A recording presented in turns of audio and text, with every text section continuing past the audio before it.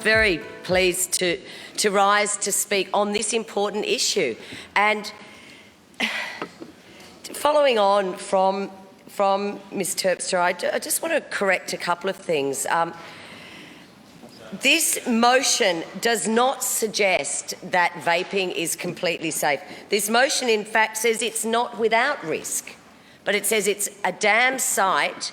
Well, it doesn't say damn sight. It says it's certainly far safer than smoking. And in fact, the London College of Physicians, the Australian College of GPs, the Royal College of General Practitioners, Public Health England, all attest to the fact that while vaping is not without risk, it is about 95% less risky than smoking.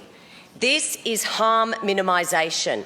Vaping is about harm minimisation. We're not saying it's harmless, but it is less harmful. Hello everyone, my name's Fiona Patten and I'm really delighted to be taking part in this most unusual Global Forum on Nicotine 2020. As you can see, I'm not in the beautiful Warsaw, I'm sitting in my home. For those of you who don't know me, I'm a politician and I represent the Northern Metropolitan Region of Victoria, which I'm very pleased to say also includes what I like to think of as the very best city in the world, Melbourne. I also am the national leader of a political party called the Reason Party. Now, the Reason Party is an evidence-based party. We believe in the facts and we work with all sides of politics. We don't let the perfect get in the way of the good. Our party was the driving force behind the introduction of Australia's second medically supervised injecting centre here in Melbourne in the inner city suburb of Richmond. And this centre, in its first 11 months, has literally saved hundreds of lives. They have reversed over 3,000 overdoses. We've seen ambulance call-outs down. We are not seeing people literally dying of overdoses in our streets. Our community is feeling safer. This is harm reduction at its core, when you treat something like drug addiction as a health issue, not as a criminal one. And this is what we're seeing. The results are there. It works. Sometimes it's controversial. It was controversial. It still is. But it is working.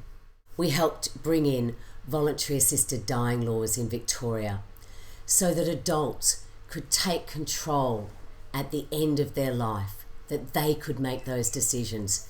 It was historic and it was emotional.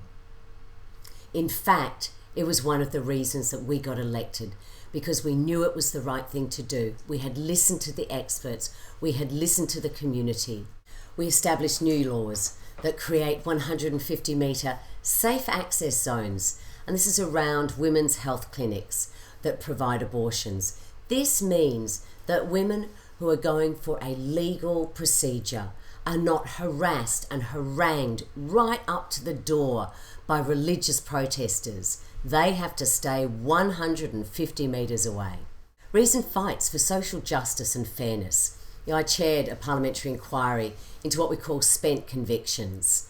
And this recommended, and we have established legislation now that will give dignity back to people who have made past mistakes. This will enable people to put their past in the past. It means that if they have a historical conviction, it will not be raised every time they go for a job. But I think it's true to say that probably one of my real passions is around drug law reform and harm reduction. And I ran and introduced a very wide-ranging, multi-party inquiry into drug law reform and into drug use. It was the largest inquiry of its kind in Australia, and it's now helping guide government approaches. And guess what? Harm reduction is at the front of it. Right now, I'm chairing the Parliament's Legal and Social Issues Committee, and we're doing an inquiry into cannabis use. This inquiry will hear from all sides of the debate. And this is This is a debate that's not just happening in Australia. We know it's happening around the world. And I hope that we will make recommendations that make for a fairer, more sensible approach to cannabis laws. But back to the issue at hand. And I think this is probably less of a presentation than more of a conversation starter as part of this global forum on nicotine. And it's a very vexed topic. I mean, what or who should guide the political agenda? Well, surprise, surprise, as a politician, I actually think politicians should drive the political agenda, because when the experts start doing it, then they become politicians. And that is not what we want. As you saw at the beginning, I'm not really shy about attempting to educate my fellow parliamentarians on the subject of tobacco harm reduction. But someone like me, who is driving that political agenda, must rely on the experts and the researchers and the doctors and the healthcare professionals and the community at large. You are who provides me with the hard data to take that agenda to Parliament. If COVID-19 has taught us anything, it's that the public want to hear from professionals, giving them quality, accurate information that they can trust. I mean, who would you rather take health advice from? This guy? We have to act policy-wise on data, and we're going to be getting more data, a lot more data. Or this guy? Supposing we hit the body with a tremendous, whether it's ultraviolet or just very powerful light, supposing you brought the light inside the body, which you can do either through the skin or in some other way. Look at the dismal approval level of the US president, who seemingly takes absolutely no notice of what health professionals tell him.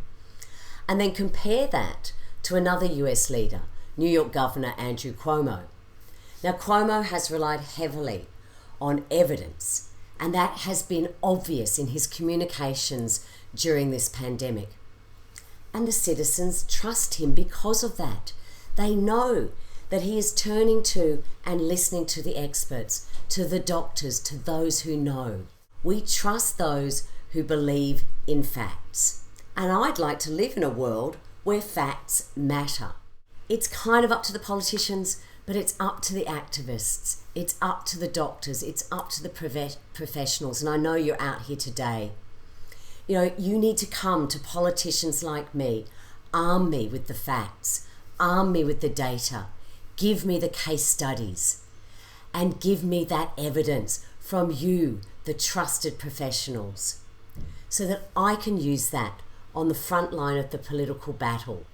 I can be the one who stands there as a politician. So look, maybe I was wrong. Politicians may run the political table, but the facts should drive the agenda. I may be asking the questions, but evidence will win the argument. Thank you, President. My question is for the Minister for Health and regards e-cigarettes, or more properly called vaporisers. About 1 in 8 cancer deaths in Australia can still be attributed to smoking, underlying the importance of cessation strategies to our health system. The UK medicines regulator has approved a brand of vaporisers as an aid to help people stop smoking, which can be prescribed on their PBS. At least 64 scientific studies now demonstrate that smoke-free products like vaporisers are less harmful than traditional cigarettes, or are an effective way to quit for good. These studies include a publication in the prestigious peer-reviewed New England Journal of Medicine, which demonstrated that a 1-year abstinence rate was 18% in the vaporiser group compared to 9% in the nicotine replacement therapy. My question is, will the Minister revisit the e-cigarette laws introduced by the Tobacco Amendment Act in 2016 in light of this emerging empirical evidence? So, look, thanks again to the organisers, and thanks to everyone who's here today in this digital global forum on nicotine. I hope that we can get together in person in 2021.